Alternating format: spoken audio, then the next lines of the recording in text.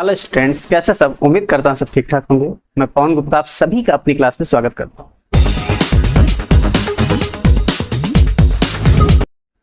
आज हम कूलाम का नियम तथा वैद्युत क्षेत्र चैप्टर का दूसरा लेक्चर करेंगे।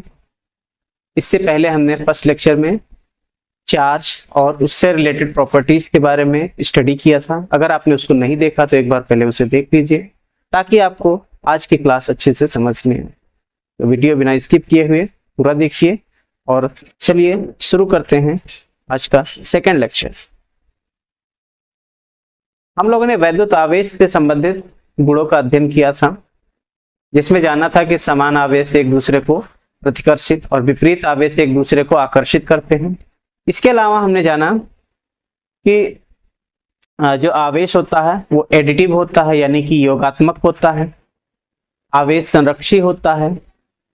ये सारे प्रॉपर्टीज हमने पढ़ा। इसके अलावा हमने एक चीज और पढ़ा था, आवेश जो होता है क्वांटीकृत होता है, अर्थात वो हमेशा जो आवेश पाया जाएगा वो सबसे कम, यानी जिसे हम कहते हैं फंडामेंटल मूल आवेश का पूर्ण गुणज के रूप में पाया जाता है।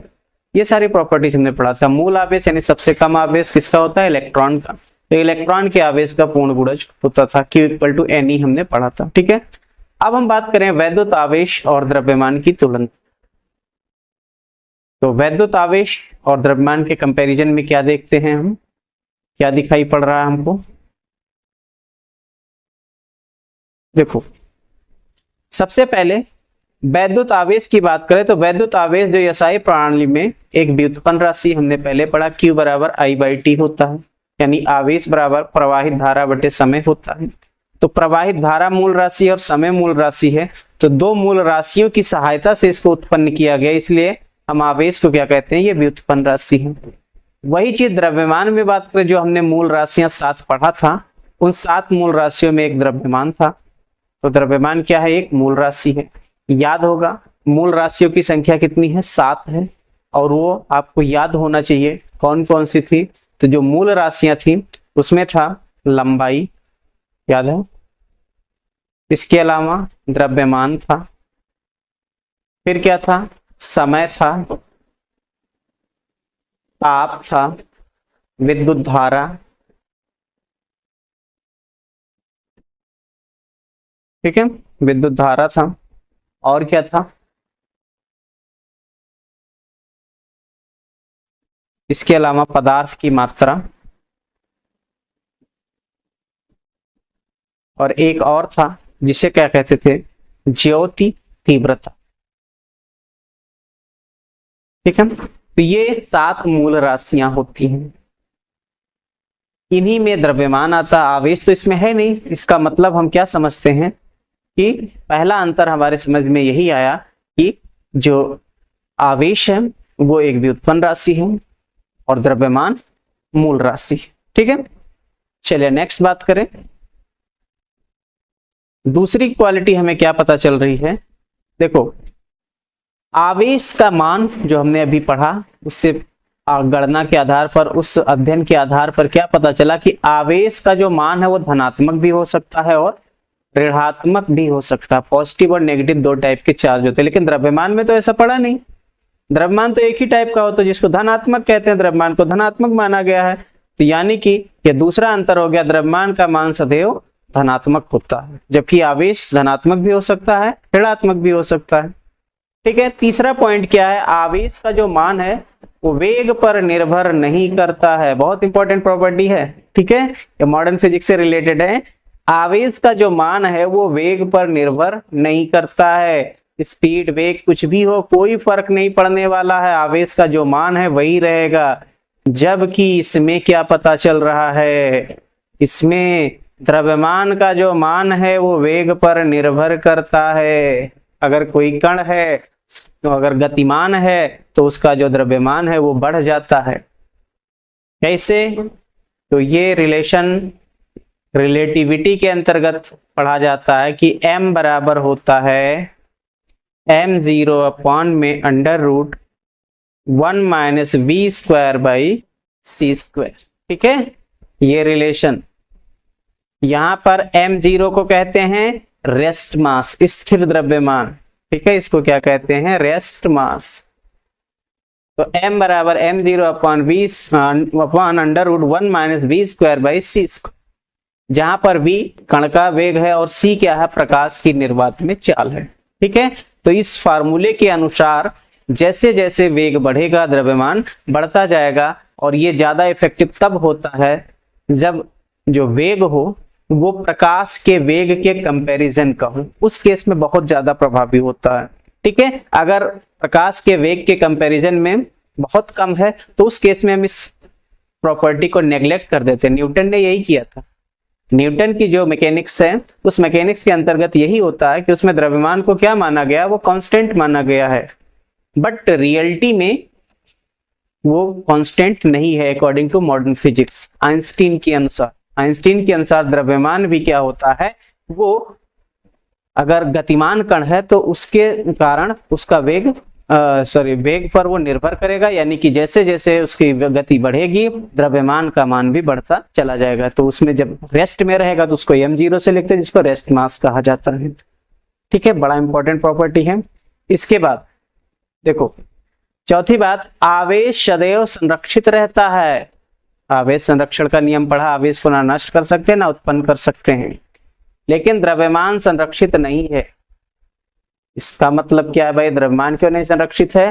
तो द्रव्यमान संरक्षित नहीं है। आइंस्टीन का एक रिलेशन था E बराबर mc स्क्वायर, पढ़ा होगा, बड़ा फेमस रिलेशन है। इन्होंने दिया था E बराबर mc स्क्वायर, इनके जीवन की एक सबसे महत्वपूर्ण खोज है ये। इसके अनुसार यम द्रव्यमान है अगर, तो वो कन्वर्ट हो सकता है mc स्क्वायर ऊर्जा के तुल्य होता है। ठीक है, इसे कहते हैं द्रव्यमान ऊर्जा तुल्य समीकरण आइंस्टीन का। तो इसके अनुसार द्रव्यमान को ऊर्जा में कन्वर्ट कर सकते, तो द्रव्यमान संरक्षित नहीं रह गया। तो इसी आधार पर एक नियम बनकर आया था कि जब हम संरक्षण की बात करते हैं ऊर्जा संरक्षण में, तो इसमें हम दो चीज जोड़ते हैं, द्रव्यमान प्लस ऊर्जा, दोनों का जो प्लस है ये संरक्षित होता है। बहुत इंपॉर्टेंट प्रॉपर्टी है, याद रखिएगा।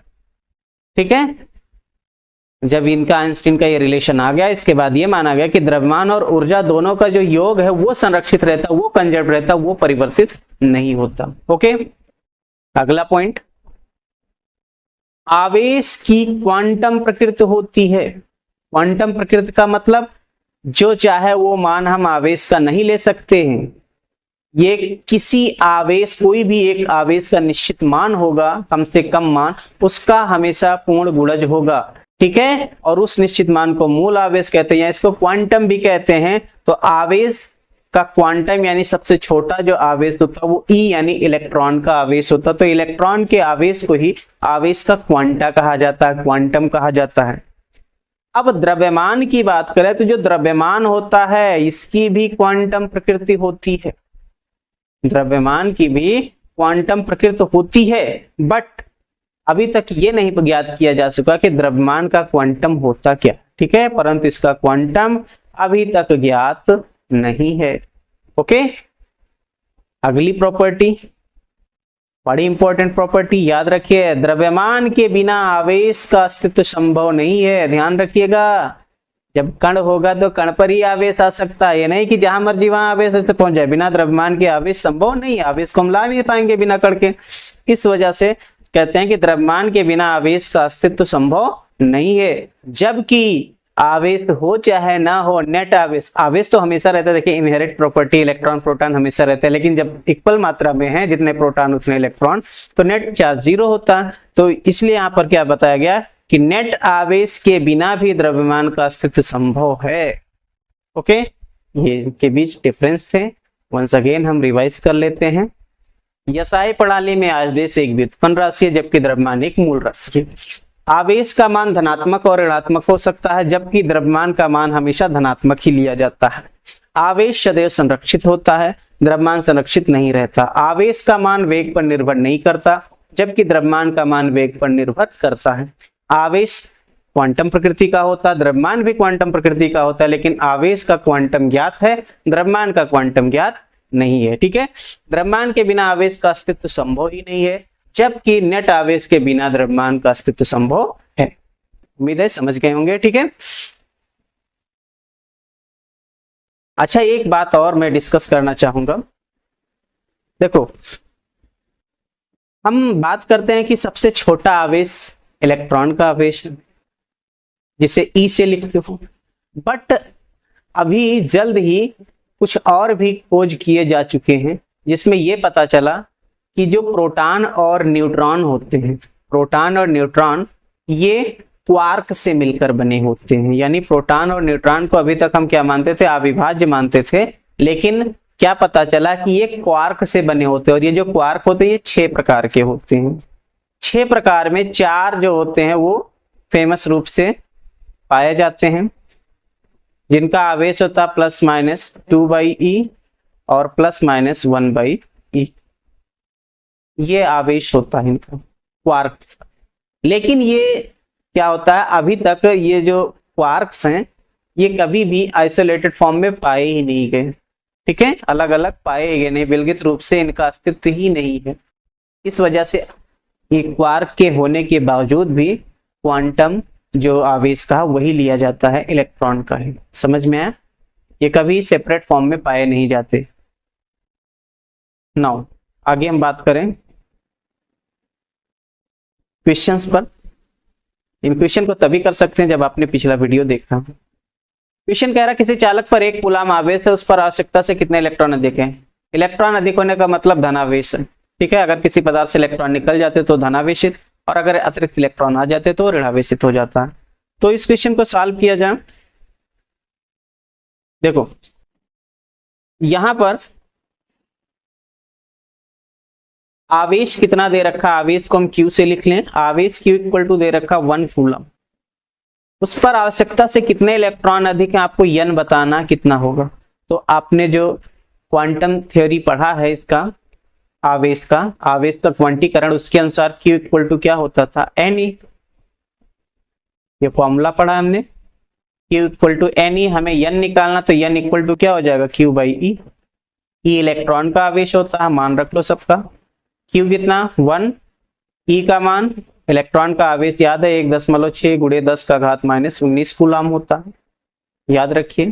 ठीक है, इलेक्ट्रॉन का आवेश कितना होता है 1.6 × 10⁻⁻19 कूलाम। केवल न्यूमेरिकल वैल्यू ली जाती है, न्यूमेरिकल सॉल्व करते समय प्लस माइनस मत रखना। इसे सॉल्व किया जाए, यानी कि इसको भाग कर लो, दशमलव हटा के ऊपर बना लो 10, 10/16, 10⁻+19 हो जाएगा। अच्छा, आगे बात करें।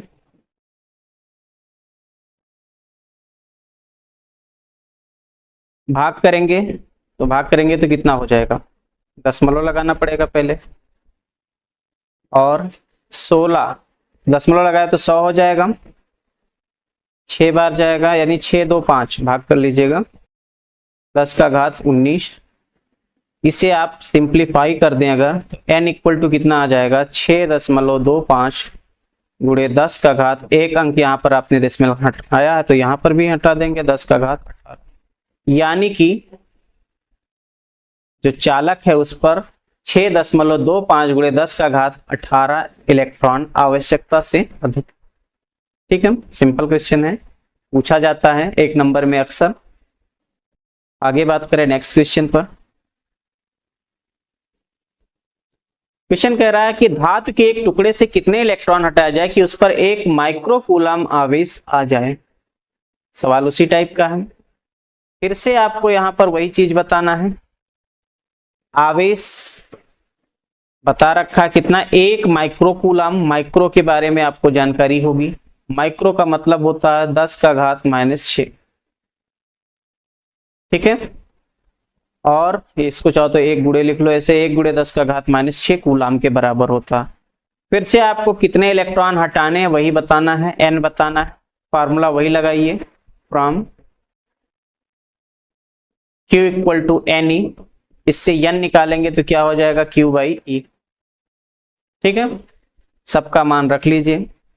Q का मान 1 × 10⁻⁻6 और E का मान कितना आया है 1.6 × 10⁻⁻19 कूलाम। याद रखिए इस बात को। तो n कितना हो जाएगा, फिर से भाग करेंगे तो अभी आपने यहाँ पर पढ़ा था इससे पहले 0.625 आया था, और 10 का घात देखिए 19, माइनस का ऊपर जाएगा तो प्लस का होगा, 19 से 6 कम हो जाएगा तो कितना हो जाएगा 13। ठीक है, 10.1 अंक हटा देंगे तो कितना हो जाएगा 6.25 गुणे 10 का घात 12। ठीक है, यहाँ 10.1 अंक हटाएंगे तो यहाँ पर 1 अंक कम हो जाएगा। ठीक है, 6.25 गुणे 10 का घात 12, यानी कि धातु के टुकड़े से आपको 6.25 गुणे 10 का घात 12 इलेक्ट्रॉन हटाना पड़ेगा। ओके,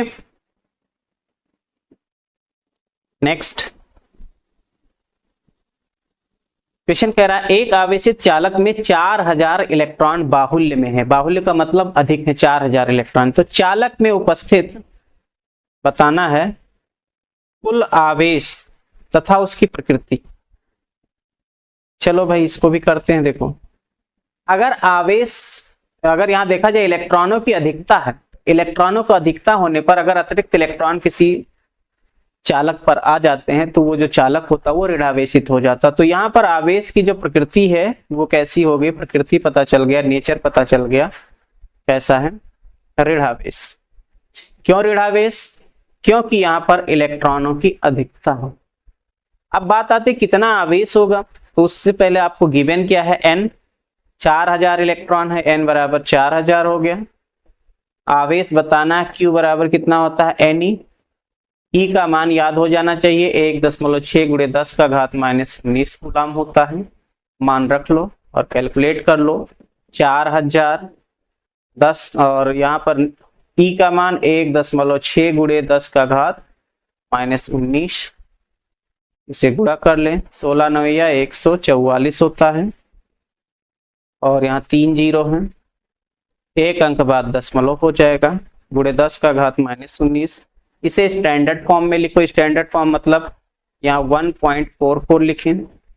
10 का घात देखिए कितना अंक आपने दशमलव हटाया, 1 2 3 4, 4 अंक हटाया तो 10 का घात -19 प्लस 4 कितना हो जाएगा 1.44 गुणे 10 का घात 19 में यहाँ पर -19 प्लस 4 यानी कि माइनस का 15।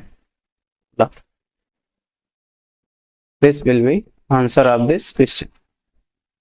ठीक, समझ में आ रहा है? अभी शुरुआत है इसलिए आसानी क्वेश्चनों से हम कर रहे हैं शुरुआत, ताकि आपको समझ में आता जाए। ठीक है,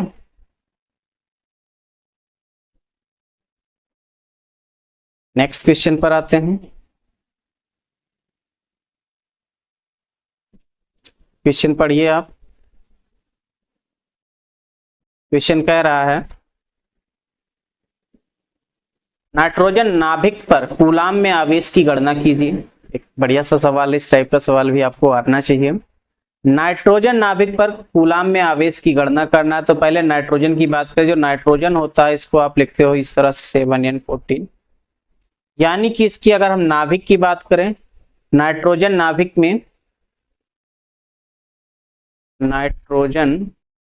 में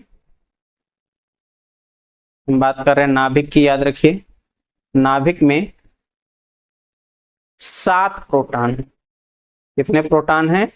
7 प्रोटॉन होते हैं।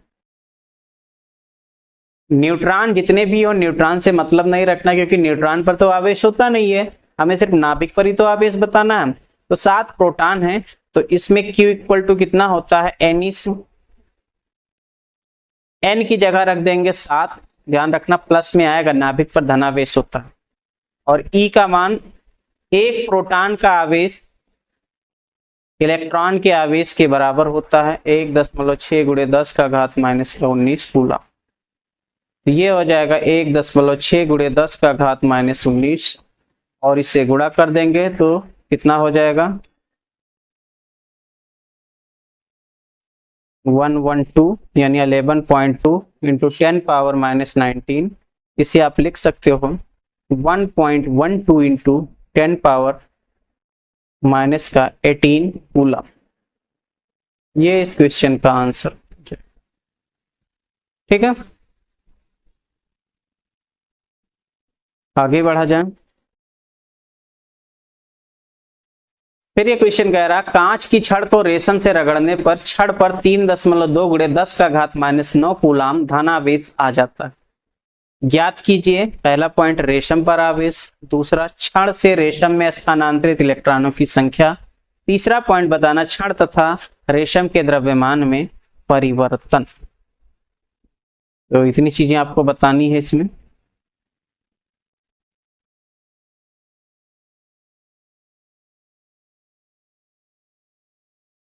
आइए बताते हैं इसको भी। देखो सबसे पहले क्या किया गया, कांच की छड़ को रेशम से रगड़ा गया है।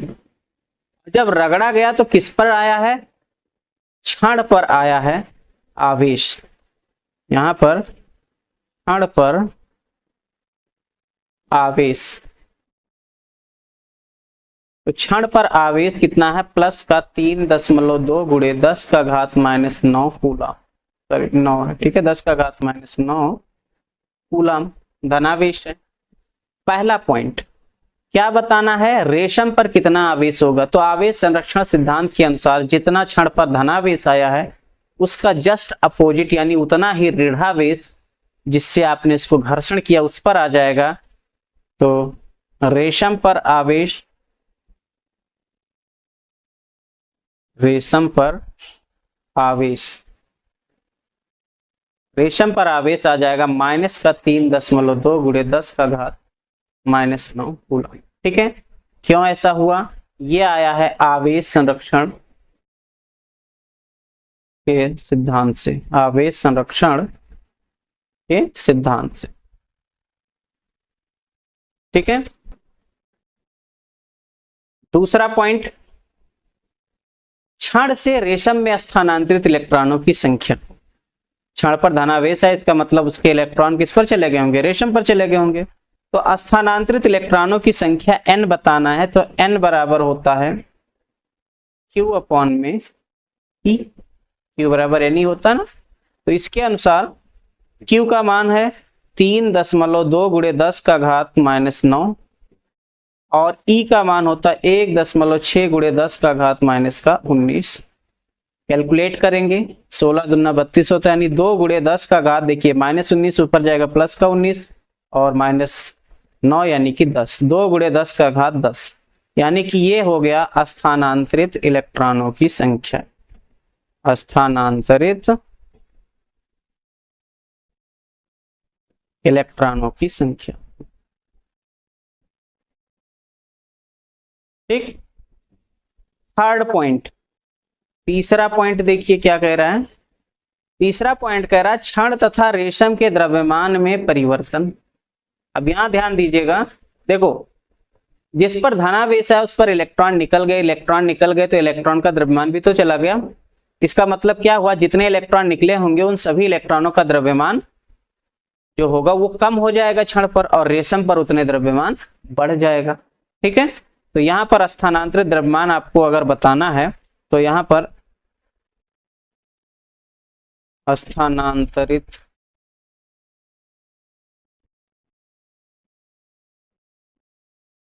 द्रव्यमान, स्थानांतरित द्रव्यमान m बराबर क्या हो जाएगा, डेल्टा m से लिख ले, जितने इलेक्ट्रॉन हो इनटू एक इलेक्ट्रॉन का द्रव्यमान, एक इलेक्ट्रॉन का द्रव्यमान।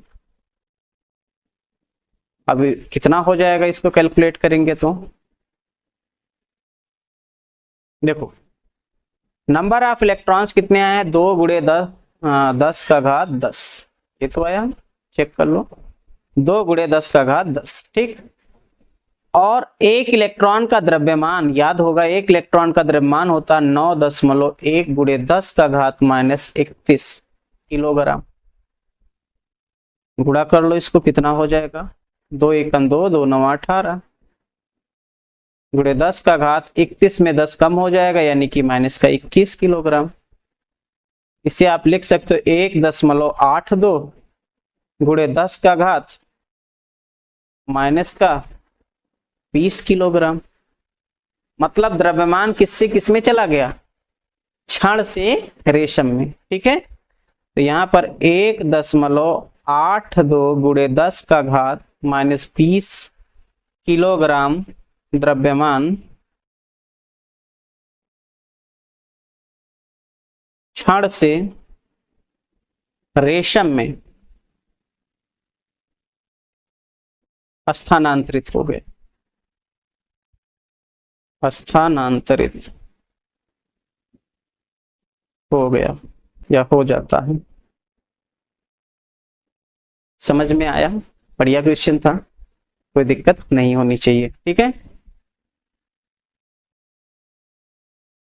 अच्छा, एक बात और, कोई वस्तु आवेशित है या नहीं है इसका पहचान, तो इसका पहचान प्रतिकर्षण होता है, आकर्षण नहीं होता, क्योंकि आकर्षण तो प्रेरण में भी होता है, प्रेरण के कारण भी जो आकर्षण बल उत्पन्न होता है। इसलिए हम हमेशा पहचान कैसे करेंगे कि कोई जो कण है वो आवेशित है कि नहीं है, तो हम क्या पता करेंगे, वो प्रतिकर्षित करता है कि नहीं करता है। ठीक है, ये भी बात एक इंपॉर्टेंट बात है, याद रखिएगा। आवेशित वस्तु की पहचान करना ये प्रतिकर्षण है, ना कि आकर्षण। ओके, चलिए आगे बढ़ा जाए। अब बात करते हैं बिंदु आवेश यानी पॉइंट चार्ज क्या होता है।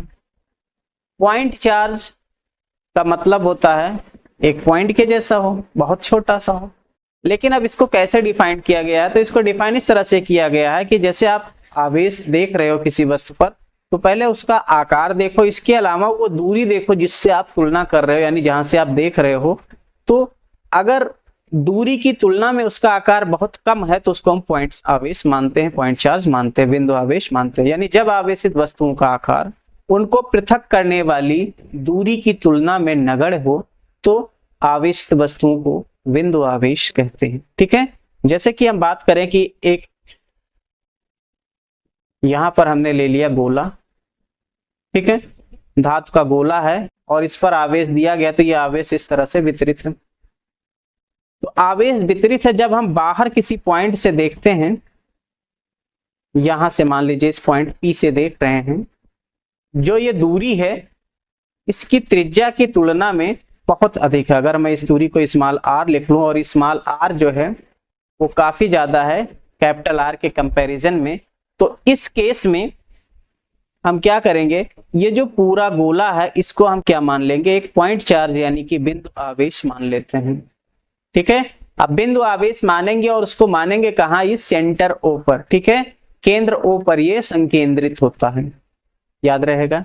पृथ्वी को भी हम पॉइंट चार्ज मान सकते हैं, बशर्ते दूरी क्या हो, स्पेस में लिया जाए, जो कि काफी दूर है, उसकी त्रिज्या से काफी अधिक है। उम्मीद है समझ गए होंगे। ओके,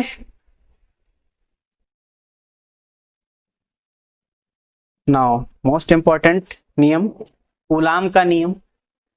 कूलाम ने क्या किया कि दो बिंदु आवेश जो कि स्थिर हो, रुके हुए, उनके बीच बल पता करने के लिए एक एक्सपेरिमेंट किया था, और उस एक्सपेरिमेंट से जो रिजल्ट आया, उस रिजल्ट को उन्होंने एक नियम के रूप में लिखा। कैसे? उन्होंने क्या किया कि दो बिंदु आवेश ले लिए और फिर उनके बीच बल को देखा, जो भी बल आया हो, मान लीजिए कि बल आ गया 1 न्यूटन आ गया पहले बल, ठीक है। इसके बाद क्या किया, अब 1 न्यूटन या F न्यूटन मान लो, F न्यूटन बल आ रहा है। इसके बाद क्या किया, किसी एक का आवेश जो था उसको 2 गुना कर दिया, ठीक है, एक का आवेश 2 गुना कर दिया, तो बल देखा कितना हो गया, 2F हो गया। फिर क्या किया, पहले आवेश को तो 2 गुना किया था, दूसरे आवेश को 3 गुना कर दिया, तो 3 गुना करने पर 2 गुना पहले था, तीसरा और 3 गुना दूसरे को कर दिया, तो टोटल 6 गुना बल बन गया। इससे क्या पता चलने लगा कि जो बल लग रहा है ना, वो किस पर डिपेंड करता है, आवेशों के गुणनफल पर डिपेंड करता है। किसी भी एक आवेश का मान अगर बदलते हैं तो बल भी उसी अनुसार बदलता है। अगर आवेश का मान बढ़ाएंगे तो बल का मान बढ़ेगा, आवेश का मान घटाएंगे तो बल का मान घट जाएगा। ठीक है, ये पता चला। फिर क्या किया, अब आवेशों की दूरी को बदलना शुरू किया। अब आवेशों का मान नहीं बदला, क्या बदलना शुरू किया, दूरी को बदलना शुरू किया। पहले जो भी दूरी थी r थी मान लीजिए, तो अब क्या हुआ, दूरी को जब 2 गुना किया, दूरी को कितना किया, r को 2 गुना कर दिया, दूरी जब आवेशों के बीच की दूरी 2 गुनी की, तो क्या देखा गया कि बल जो था वो 1/4 कम हो गया। जब दूरी को 3 गुना कर दिया तो क्या देखा कि जो बल था वो 9वां भाग हो गया। इसका मतलब क्या पता चल रहा है कि ये जो बल है वो दूरी पर भी निर्भर करता है, और वो भी कैसा, स्क्वायर फॉर्म में, इनवर्सली प्रोपोर्शनल है, व्युत्क्रमानुपाती है। जैसे जैसे दूरी बढ़ती है उसके वर्ग के फॉर्म में बल घटना शुरू हो जाता है। ठीक है, इन दोनों को कंबाइंड कर दिया और एक फॉर्मूला बना दिया कि ये जो बल होगा ये प्रोपोर्शनल होगा Q1 Q2 upon are square. इसी को नाम दिया गया कूलाम का नियम। ठीक है, समझ में आया? अब इसको पढ़ते हैं आखिर भाई है क्या ये। पहले इन सबको हटा दें, तब तक काफी लोग पढ़िए।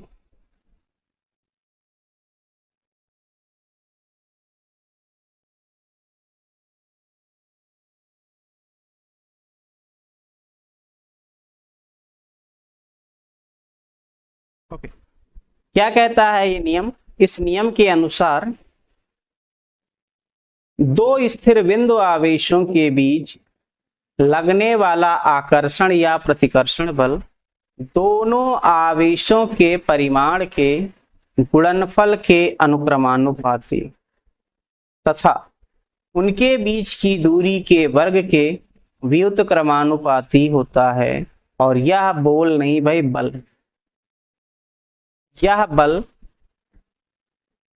दोनों आवेशों को मिलाने वाली रेखा के अनुदिश कार्य करता है।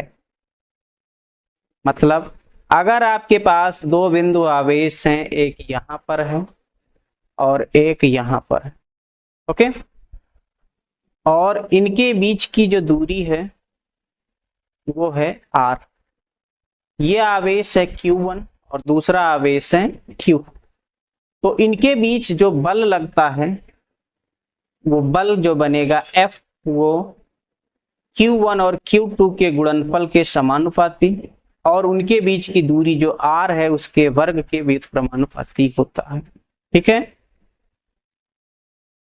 और इसकी जो दिशा होगी Q1 और Q2 को मिलाने वाली लाइन के अनुदिशी होने वाला है। ठीक है, अब अगर आकर्षण बल होगा तो इस डायरेक्शन में और प्रतिकर्षण बल होगा तो बाहर की तरफ इंडिकेट करेंगे। ठीक है, अब प्रोपोर्शनलिटी हटाते हैं तो एक नियतांक आता है, उस नियतांक को हम लिख देते हैं स्मॉल k से Q1 Q2 बाई r।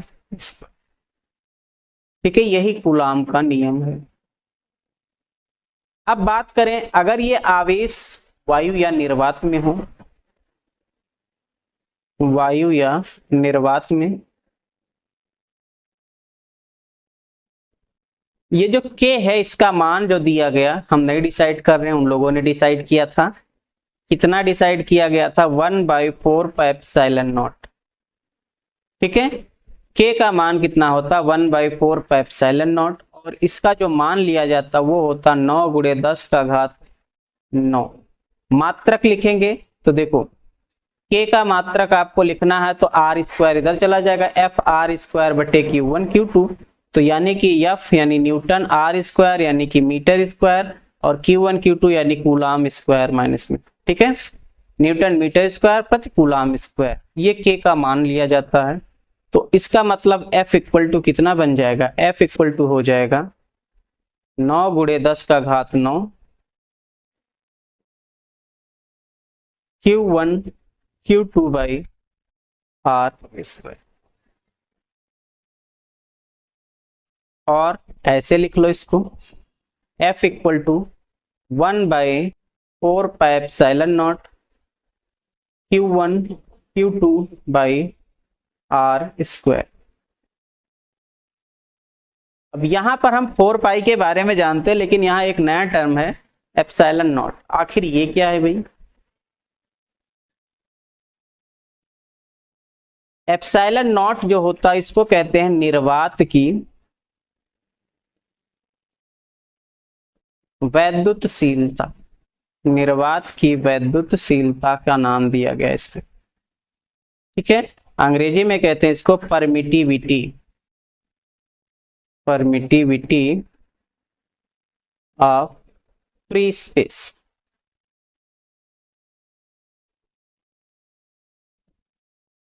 यानी निर्वात में जो बल प्रभाव लग रहा है, यहाँ वैद्युत बल लग रहा है, उसका कारक यही है एप्सिलॉन नॉट।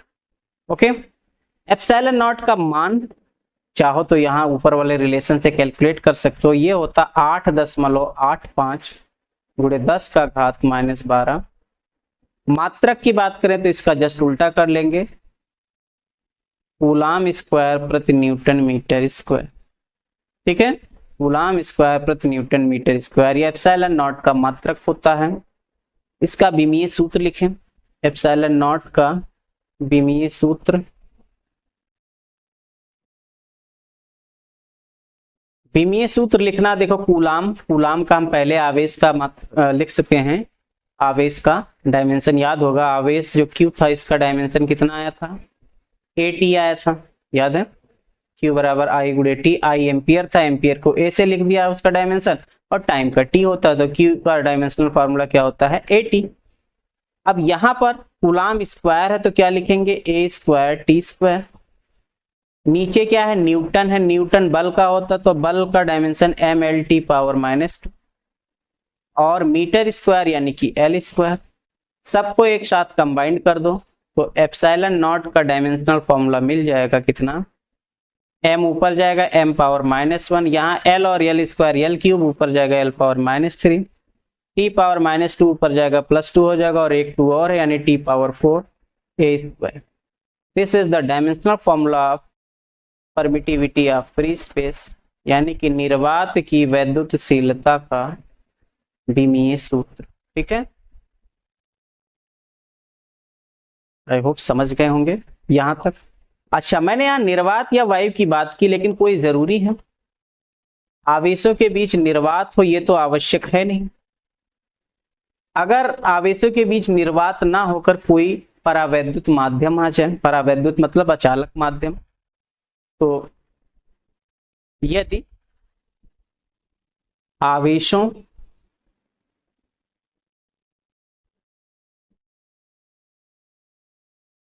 के बीच कोई परावैद्युत माध्यम हो, परावैद्युत माध्यम हो,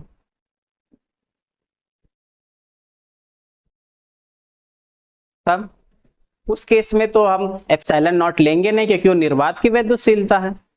तो उस केस में हम उस माध्यम की वैद्युतशीलता लेंगे, उसको मैं FK से लिख देता हूं, ये हो जाएगा 1/4 पाई एप्सिलॉन, सिर्फ लिखेंगे, नॉट नहीं लिखेंगे, सिर्फ epsilon, 4 pi epsilon Q1 Q2 by R square. यहां पर जो एप्सिलॉन है ये है माध्यम की वैद्युतशीलता।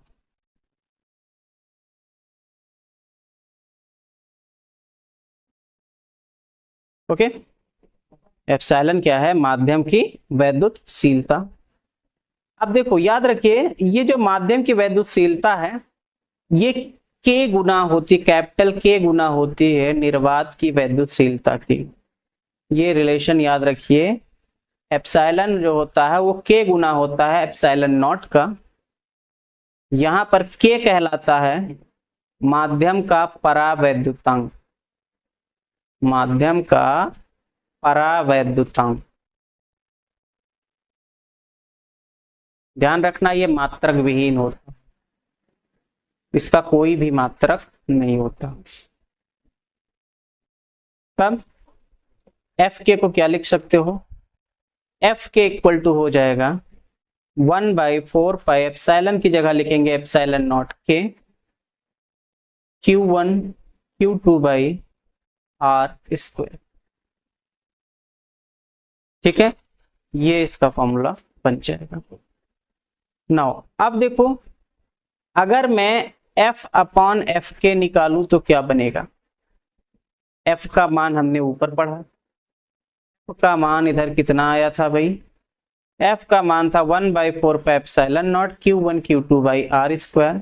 इसको मैं इक्वेशन नंबर अगर 1 मान लूं, और यहां पर जो हमने निकाला है FK का मान, इसको इक्वेशन नंबर 2 मान लो, तो दोनों को डिवाइड करें तो क्या बनेगा, F का मान आया 1/4 pi epsilon naught Q1 Q2 by R square, और एफ के का मान कितना है 1/4 Q1 Q2 by are square है, लेकिन यहाँ पर के भी है कैपिटल के, तो सब कट पीट के बनेगा क्या, एफ अपॉन एफ के जो बनेगा वो बनेगा, देखो 4πε0 कट ही जाएगा, Q1 Q2 आर स्क्वायर सब कट जाएंगे, सिर्फ और सिर्फ बचेगा के। और इसको आप क्या लिख सकते हो, एफ के बराबर एफ अपॉन में के।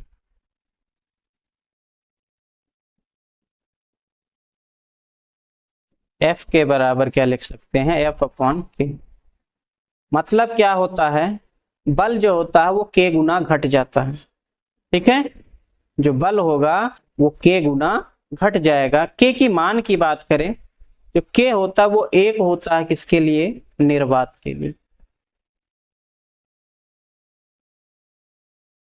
ओके।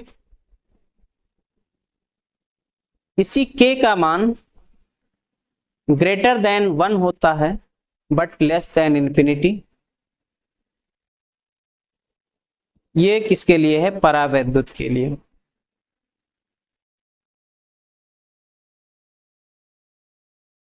ठीक है। के का मान 80 होता है, ये जल के लिए है, और के का मान इंफिनिटी होता है धातु के लिए, ठीक है। धातुओं के लिए या चालकों के लिए जो के होता है उसका मान कितना होता है, इंफिनिटी होता है। अब अगर ऐसा हो कि कोई धातु है उसको दोनों आवेशों के बीच रख दिया जाए, तो उस केस में बल कितना हो जाएगा, एफ धातु के लिए अगर आपको निकालना है तो उस केस में कितना हो जाएगा, एफ बटे के का मान अनंत और समथिंग बाय इंफिनिटी क्या होता है, 0। मतलब अगर आवेशों के बीच कोई धात्विक माध्यम होगा तो उस केस में उस पर जो बल होगा वो क्या हो जाएगा, 0 हो जाएगा। और सभी केसों में बल का मान क्या होगा, घटेगा, क्योंकि के का मान 1 से अधिक है। समझ में आया। उदाहरण के तौर पर अगर कहा जाए, क्वेश्चन के रूप में हम ऐसे ले लें कि दो बिंदु आवेशों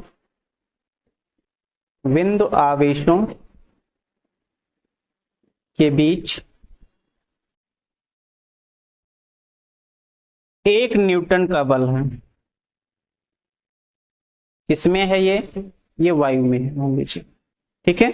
अच्छा, यहाँ वायु के लिए मैंने नहीं लिखा, वायु के लिए के का मान होता है 1.0005, ये वायु के लिए होता है। इसीलिए लगभग दोनों को हम क्या लेते हैं, बराबर लेते हैं, चाहे निर्वात हो चाहे वायु हो, दोनों के लिए के का मान 1 ही लिया जाता है। तो वायु में दो बिंदु आवेशों के बीच 1 न्यूटन का बल है। यदि आवेशों के बीच जल भर दिया जाए, जल भर दें, तो नया बल क्या होगा, क्या होगा, ये क्वेश्चन दे दिया। अब देखो यहां पर निर्वात में या वायु में F इक्वल टू कितना दे रखा है, 1 न्यूटन दे रखा है, और आपने इसको किस में किया है, वाटर में कर दिया है, तो फिर ये कितना हो जाएगा। तो वाटर के लिए आपको याद होना चाहिए 80 होता है परावैद्युतांक। तो FW आपको बताना, FW इक्वल टू कितना होता है, F अपॉन KW, मान रख लो 1/80 न्यूटन, ठीक है। यानी कि उस केस में जो बल हो जाएगा वो 80 गुना कम हो जाएगा। तो जितना परावैद्युतांक होता उतने ही गुना बल क्या होता, घट जाता है। क्लियर। अगर धातु भर दिया जाए, कोई मान लीजिए कापर रख दिया जाए, लोहा भर दिया जाए दोनों आवेशों के बीच, तो उस केस में बल 0 हो जाएगा, क्योंकि धातुओं के लिए के कितना होता है, इन्फिनिटी होता है। ओके। अच्छा, अब यहां पर कुछ और केसेस डिस्कस कर ले हम। जैसे कि दो बिंदु आवेश हैं, एक है Q1 और दूसरा बिंदु आवेश है Q2। इनके बीच की जो दूरी है वो R है, ठीक है। और अगर इनके बीच हम क्या करते हैं, कोई परावैद्युत भर देते हैं पूरी तरह से, जिसका परावैद्युतांक K है। तो जब पूरी तरह से इसमें भर देंगे इनके बीच में परावैद्युतांक के, तो उस केस में जो बल आया था वो F कितना आ गया था, ठीक है, F इक्वल टू आ गया था 1/4πε0 Q1 Q2 बाई KR²। ये तो हुआ था, ठीक है। अगर मैं इसको दूरी को इस तरह से लिख लूं, ये F का मान 1/4πε0 Q1 Q2 बाई, यहां पर मैं इस दूरी को अगर R1 लिख लूं, R1², और इससे कंपैरिजन कर लूं दोनों साइड, तो क्या बनेगा? कंपैरिजन करने के बाद यहां पर R1 का स्क्वायर बनेगा किसके बाद?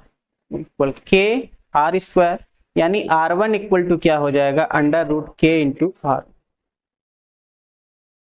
इसका मतलब जो दूरी है वो √K गुना हो गई, तो दूरी क्या होती है इस केस में? बढ़ जाती है। ये प्रभावी दूरी कहते हैं इसको। ये क्या है? प्रभावी दूरी, इफेक्टिव डिस्टेंस। यानी कि परावैद्युत के आने से जो दूरी होती है वो परावैद्युतांक के वर्गमूल के गुना हो जाती है, दूरी कुल मिला के बढ़ जाती है, ठीक है। अब यहाँ पर कोई जरूरी कि परावैद्युतांक एक ही जैसा हो, अलग अलग भी हो सकता है। अगर हम ऐसा करें कि ये Q1 है और यहां पर है Q2, इनके बीच में इधर दूसरा माध्यम भर दे और इधर दूसरा माध्यम भर दे, ठीक है। तो अगर ऐसा कर दें तो इसका परावैद्युतांक है K1 और इसका परावैद्युतांक है K2, और ये दूरी है R1 और इधर वाली दूरी है R2। इस केस में अब आपसे पूछे कि बताओ इसका बल कितना हो जाएगा, तो इसका जो बल होगा F इक्वल टू हो जाएगा 1/4πε0 Q1 Q2 बटे दूरी। देखो R1 के लिए परावैद्युतांक K1 है, तो इसकी दूरी क्या हो जाएगी? √K1 R1, और दूसरे के लिए दूरी कितनी हो जाएगी? √K2 R2, और पूरी दूरी निकल आई इसका होल स्क्वायर। समझ गए? इसी तरह से 3 माध्यम हो तो और भी बढ़ाते चले जाएंगे, √K3 R3 का होल स्क्वायर हो जाएगा पूरा करके। समझ में आ रहा? एक और केस बचता है,